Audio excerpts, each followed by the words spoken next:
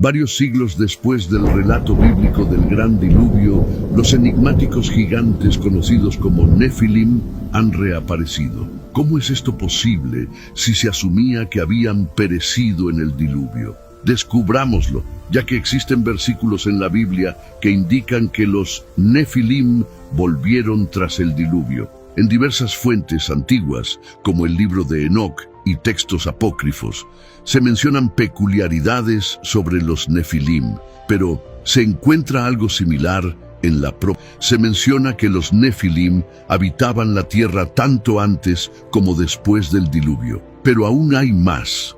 Más de 500 años después, estos seres reaparecen tras el diluvio. Los israelitas, que habían sido esclavizados por los egipcios durante 400 años, al obtener su libertad, regresaron a su antigua morada, un lugar conocido como Canaán, la tierra prometida. No obstante, se encontraron con una presencia aterradora. Números 13:33 relata: allí vimos a los Nefilim, descendientes de Anac, originarios de los Nefilim, y en comparación nos veíamos como saltamontes, tanto a nuestros propios ojos como a los suyos. Así se confirma que los gigantes, los Nefilim misteriosos, están mencionados en la Biblia. Pero, ¿cómo es esto posible? Esto plantea un dilema, ya que tradicionalmente se ha enseñado que los Nefilim fueron exterminados con el diluvio enviado por Dios. Existe entonces una contradicción en las Escrituras. ¿Fue en vano el diluvio enviado por Dios? Examinemos posibles respuestas.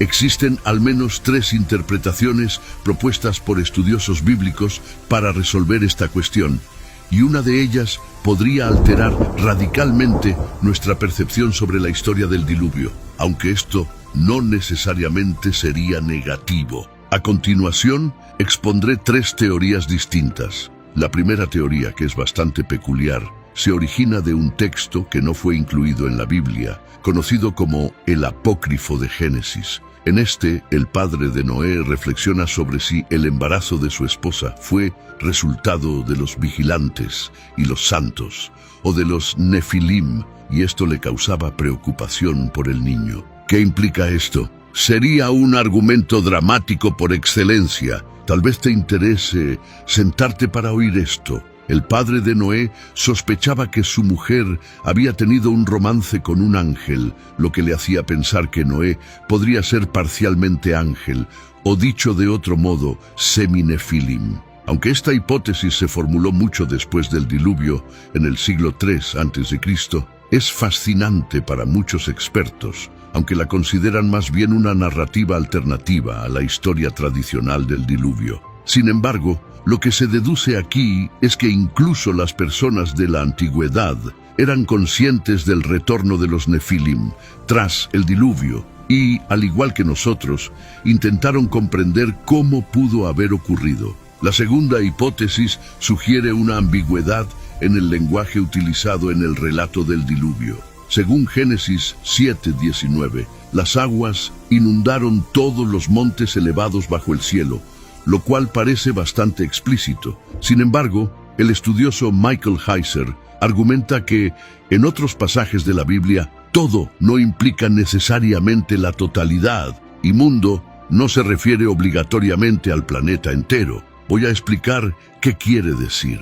Un ejemplo de esto lo encontramos en Génesis 41:57, donde se menciona que toda la tierra acudió a Egipto, a José, para adquirir grano.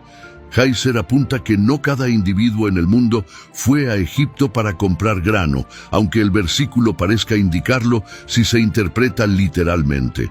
Es posible que la Biblia solo quiera transmitir que una gran cantidad de gente se vio afectada, pero quizá no se refiere a cada ser humano en el planeta. Por lo tanto, la expresión toda la tierra podría aludir a todas las personas mencionadas en la Biblia hasta ese momento, y, en este sentido, la palabra mundo se interpretaría más bien como el entorno de los individuos a los que la Biblia se ha referido, es decir, el ámbito humano compuesto por las tribus descritas en el Antiguo Testamento. Es posible que existieran personas en otras regiones, aunque no está del todo claro, pero algunos expertos en estudios bíblicos consideran que existe cierta apertura para interpretar que el diluvio no abarcó la totalidad del planeta, sino únicamente la parte del mundo de las personas que aparecen en el relato bíblico. Algunos critican esta idea,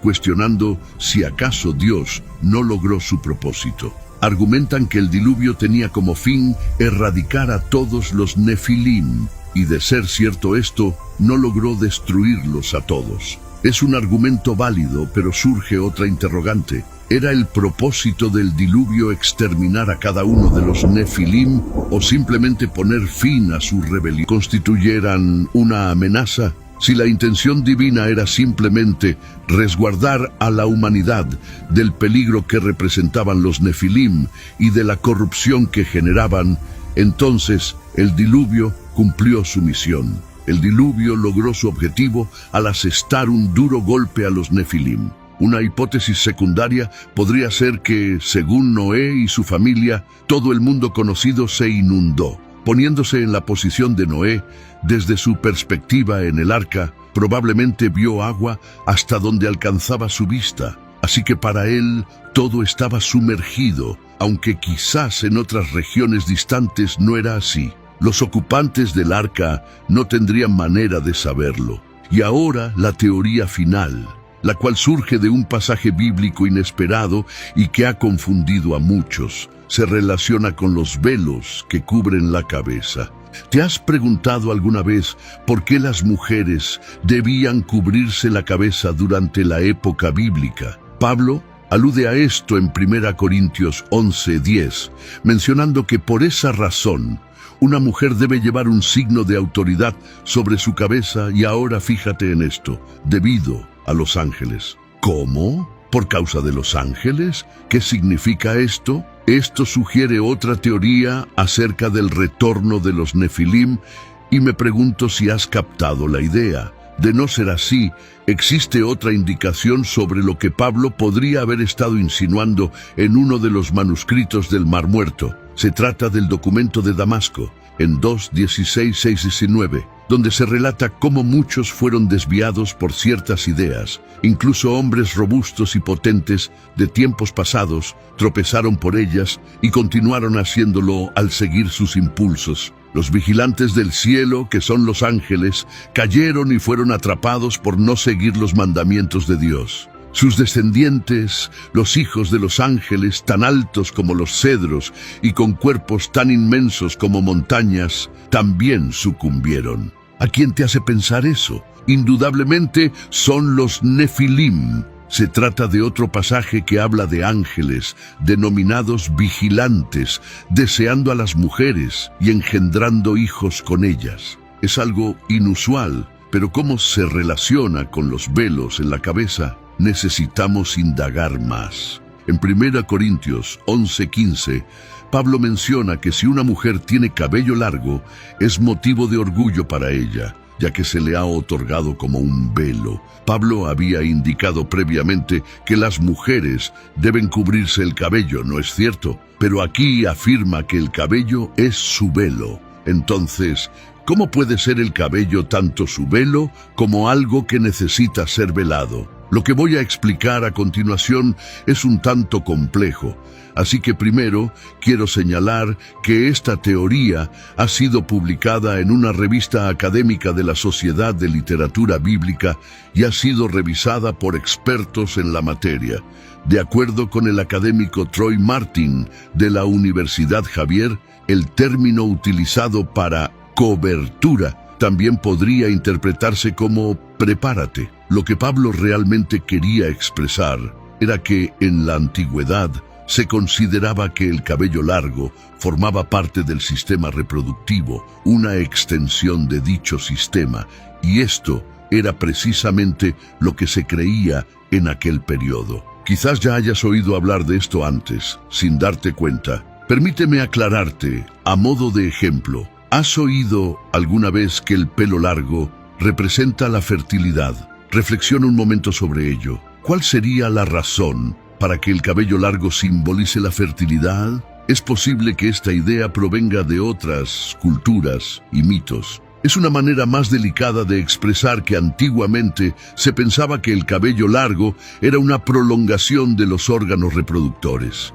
De hecho, sabemos que las civilizaciones antiguas tenían esta percepción del pelo largo basándonos en los textos de estos ilustres autores: Hipócrates, Tertuliano, Aristóteles. Se creía que si una mujer soltaba su cabello mientras inclinaba su cabeza para rezar, esto provocaría deseo en los ángeles. Cuando Pablo discutía sobre el uso de velos por parte de las mujeres, de acuerdo con esta interpretación, estaba remitiéndose a Génesis 6:1-4. Sí, ese es el pasaje en el que se narra la primera aparición de los Nefilim, cuando los ángeles escogieron esposas humanas y se unieron a ellas, dando origen a los gigantes. Esto sugiere lo que se conoce como la teoría de la repoblación, la cual sostiene que los ángeles, específicamente los ángeles caídos, volvieron a unirse con mujeres humanas tras el diluvio para engendrar más Nefilim,